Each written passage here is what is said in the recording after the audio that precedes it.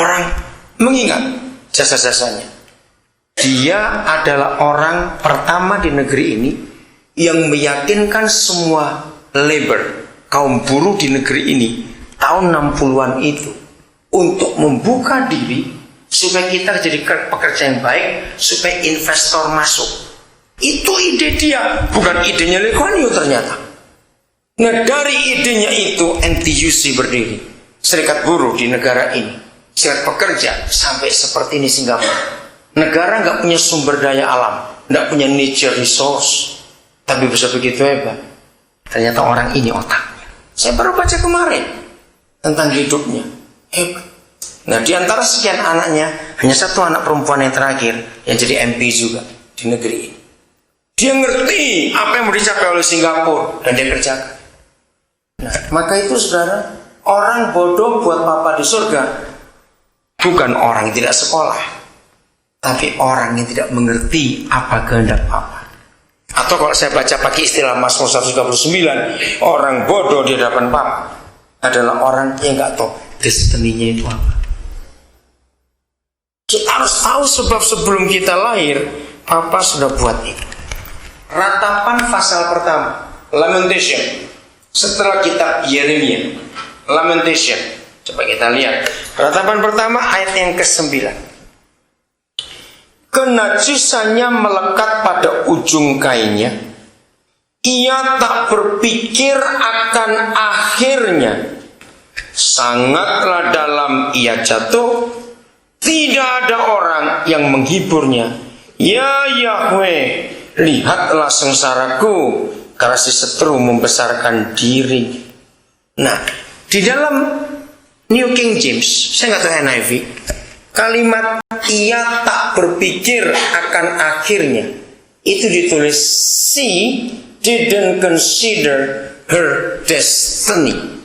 NIV bilang itu juga, di official. Pastor Simon, her destiny. Nah, waktu itu Israel ditegur oleh Tuhan lewat Yeremia. Kenajisan melekat. Siapa namamu yang saksi di Jeru? Oke. Kenapa tadi Jerusa bisa berkata 4 tahun yang lalu ada satu kata najis yang dia pakai? Mari kita teliti ayat ini. Kenajisannya melekat pada ujung kainnya. Ketika ia tidak berpikir akan akhirnya, she didn't consider her destiny. Saya berikan contoh ini. Saya belajar ini dari pendeta Jonathan Patiasina. Waktu dia ngomong bagus. Saudara bayangkan kalau suatu hari istri saudara mengandung anak ketiga. Ya, anak pertama sudah lahir, misalnya cewek, perempuan. Anak kedua lahir, anak laki.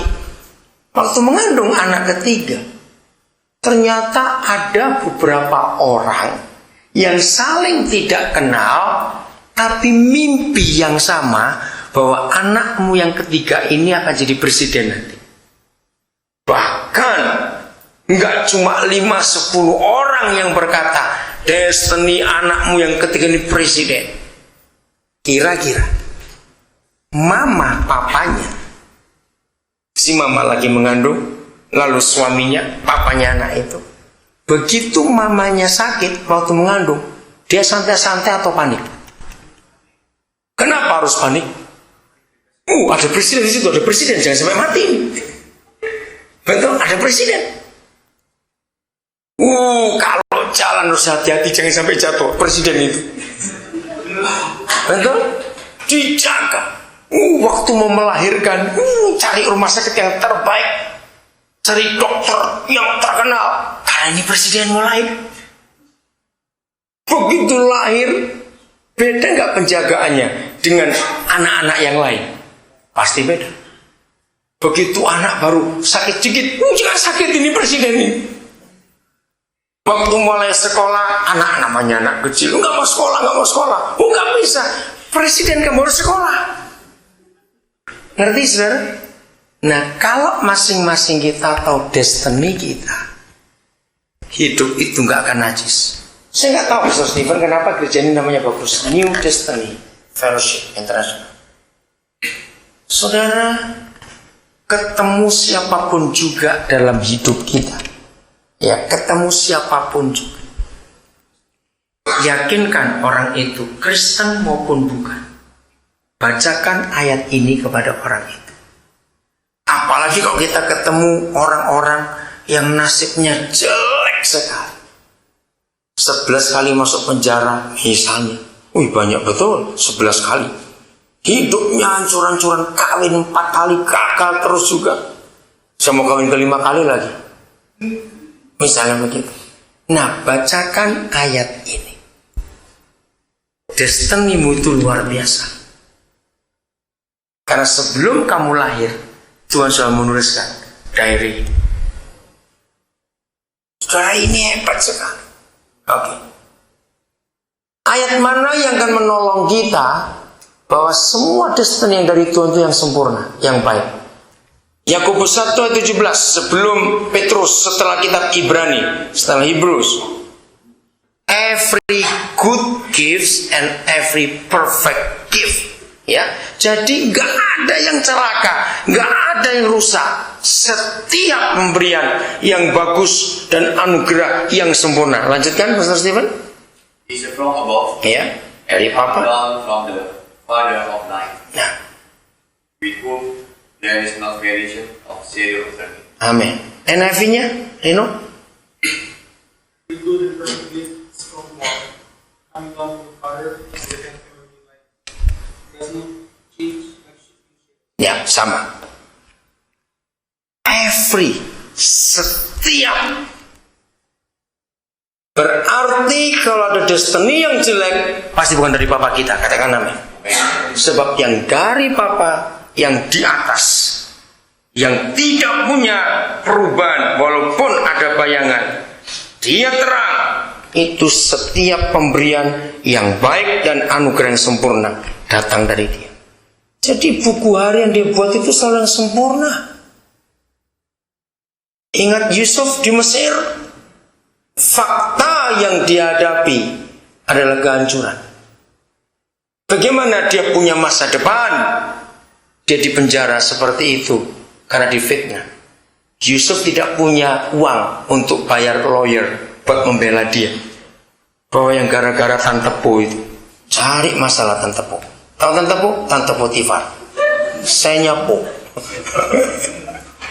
Dia cari gara-gara. Yusuf tidak mau. Akhirnya dia difitnah. Hancur hidupnya. Masa depannya habis sama sekali. Tapi Yusuf tahu destininya bukan di penjara. Destininya adalah di tahta raja. Sebagai pemimpin hebat, maka itu dia rileks. Walaupun tidak tahu apa-apa. Coba salah seorang baca Mazmur 105. Ayat yang ke-18. Bagaimana Yusuf dipenjarakan. Atau mulai 17. Mazmur 105 ayat 17-18. Coba kita lihat. Jadi beritahukan kepada teman-temanmu yang nasibnya jelek, hancur sudah. Tapi kalau kamu mau kembali kepada diary-nya Tuhan, yang dia tulis untuk kita masing-masing saat kita belum lahir, destiny itu luar biasa. Udah? Ayo baca salah seorang ayat 17. Indonesia boleh, Inggris boleh. Ayo cepat. Ayo berdiri yang baca supaya dengar. Ya.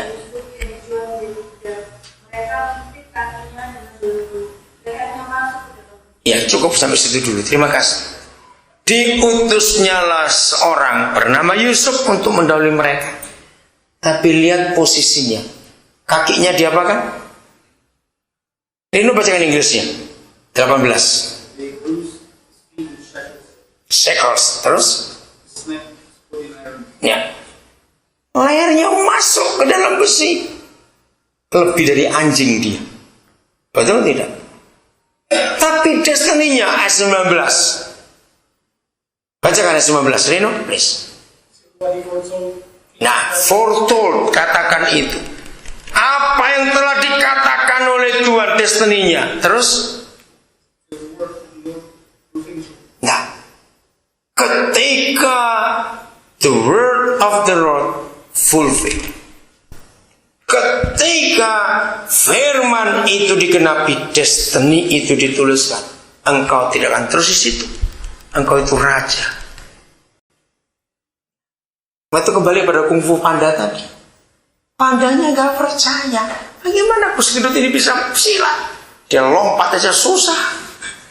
Wah, itu memang filsafatnya bagus sekali soal. Maka itu saudara, sebetulnya di dunia ini gak ada orang celaka, tidak ada. Kalau sampai ada orang yang celaka itu karena dia buat sendiri. Istilahnya begini, jangan sampai ada train, tahu kereta itu train jalan di freeway, gak lucu. Ngerti maksudnya? Train itu destininya ya di rel itu. Betul? Nah, kalau destiny yang Papa kita buat itu begitu baik, begitu sempurna, every perfect gift come from above, dari Papa. Jadi masalahnya, apakah hari ini saudara dan saya mau berkata not my will but your will be done? Kalau itu hati kita, percaya destiny kita itu luar biasa. Saudara, ayo kita jujur. Siapa suka berontak kepada Tuhan? Ketidaksabaran kita yang membuat kita selalu kalah. Saya senang melihat kata bahasa Inggris long suffering. Itu kata tidak enak sekali. Suffering kok long? Betul? Maka itu Yusuf itu long suffering. Dia tahan dalam penderitaan karena dia tahu di balik itu semua ada hal yang luar biasa. Kalau kita mau, kita akan mengalami kemenangan. Mari kita menghampiri Bapa kita yang